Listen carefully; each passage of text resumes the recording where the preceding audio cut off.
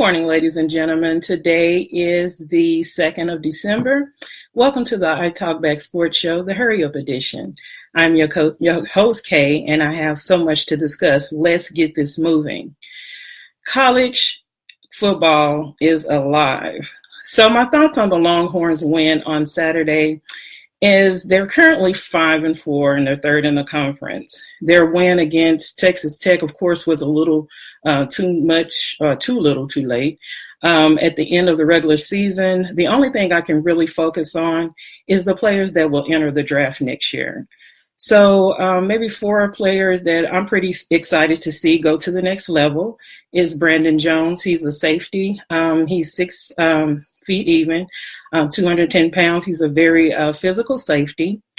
And they're forecasting him to go in the first round, as well as Colin Johnson, 6'6", 220. He's also a senior. He has good hands. He has the length and also the speed. Devin Duvernay is also a local talent that we have here. He's a wide receiver, as well as Malcolm Roach. He's a defensive end. So I'm pretty excited to see these 4 players in the next stage of their career. Okay, so Ohio State won. That's not really good information. They did play well. I would like to see them in the championship to see how well they'll do against the other teams. And also, has Harbaugh worn out his welcome in Michigan? Or did he do do the best with what he had? I think he has, for as long as he's been in Michigan, done the best of what he's had. He's had some pretty good recruits there, but he has not out-recruited Penn State, Ohio State, or even Michigan State, I guess, for that matter. I don't think he's worn out his welcome. I would like to see him continue in these next few years to try to get it together.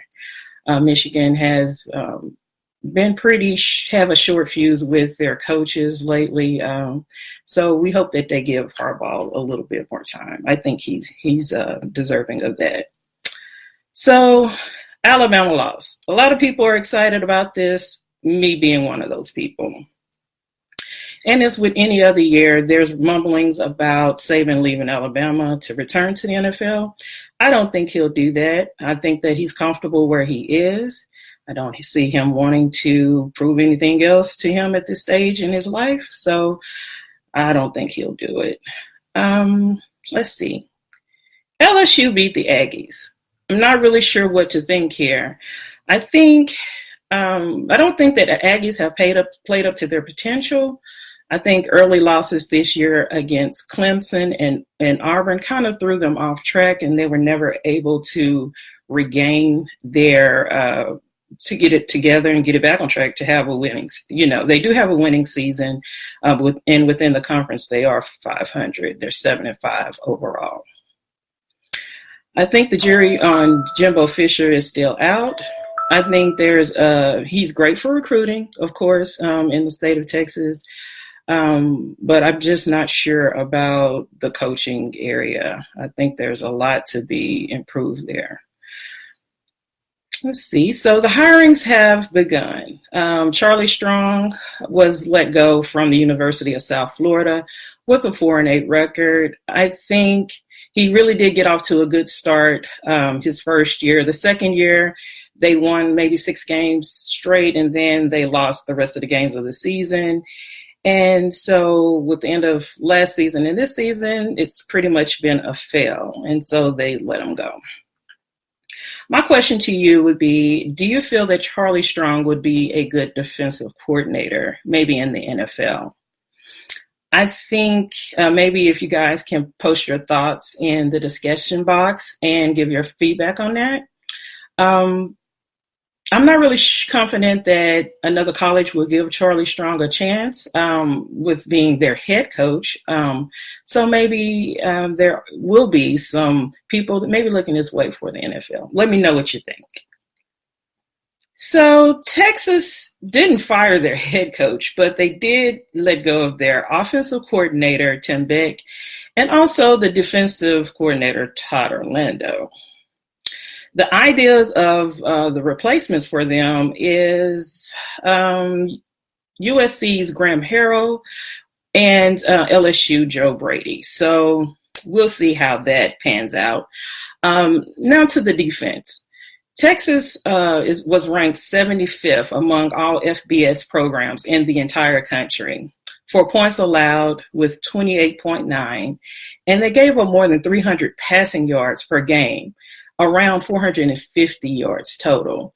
That is an astronomical number. If you are the most valued, as they want to claim all the time, university, you kind of want to have more going on for you on both sides of the ball. And the offense struggles a lot, and it shouldn't be that hard with the weapons that they have.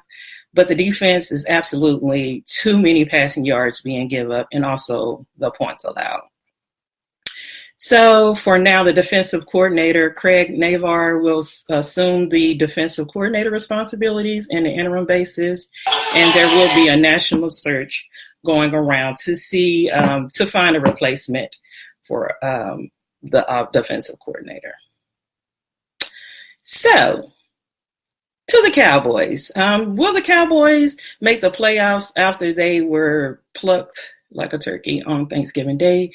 Unfortunately, I think the Cowboys will make the playoffs. I don't see them losing 3 games in a row, so I see them actually winning on Thursday night against the Bears in Chicago. I think they will win out and also take the division. Is Jerry Jones making the right call with keeping Garrett rather than letting him go during the season? I think that Jerry did not make a good decision in not firing Garrett. I just don't want Garrett fired for the sake of he makes a lot of mistakes and he's not motivating his team. I mean, if you're going to let someone go, you definitely have to have a replacement. And I don't really know who that person would be, but at the same time, I think he should have made the defensive coordinator, Richard, the interim coach, because I think for the rest of this season, he is able to motivate this team to play hard, and possibly in areas that Garrett is not able to reach his team. So the Eagles lost to the Dolphins. Did they want to win? All I can say is I'm confused and I'm not sure.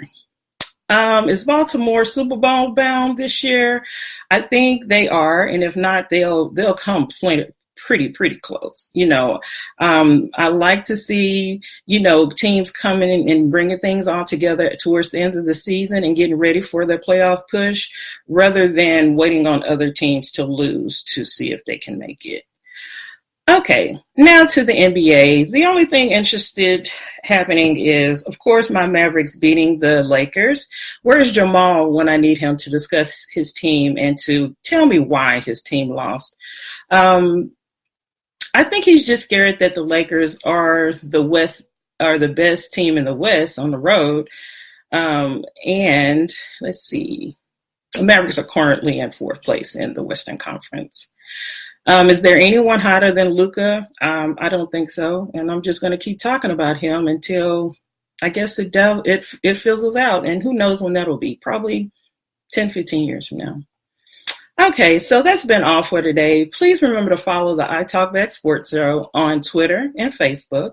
Also, you can listen for us on Spotify, iTunes, iHeartRadio, and also YouTube. We're just all around. Just try to catch us. And there will be a show on Wednesday. Jamal and I will definitely discuss his Lakers and what he thinks can be done to revive their season, because they're just going down. Oh, okay. So we have a very loyal listener, Chris. He wants to talk about the rumors to Amari Cooper not being re-signed. Jerry is going to pay Amari. I think maybe it's on Amari to not discuss his contract maybe during the season, and maybe he just feels more comfortable doing it in the offseason. But he will be re-signed with the Dallas Cowboys. Okay, guys, thank you so much for listening. And if there's any questions you have, do as Chris did and just put them in the comment box, and we'll definitely talk about them on Wednesday. Thank you for listening.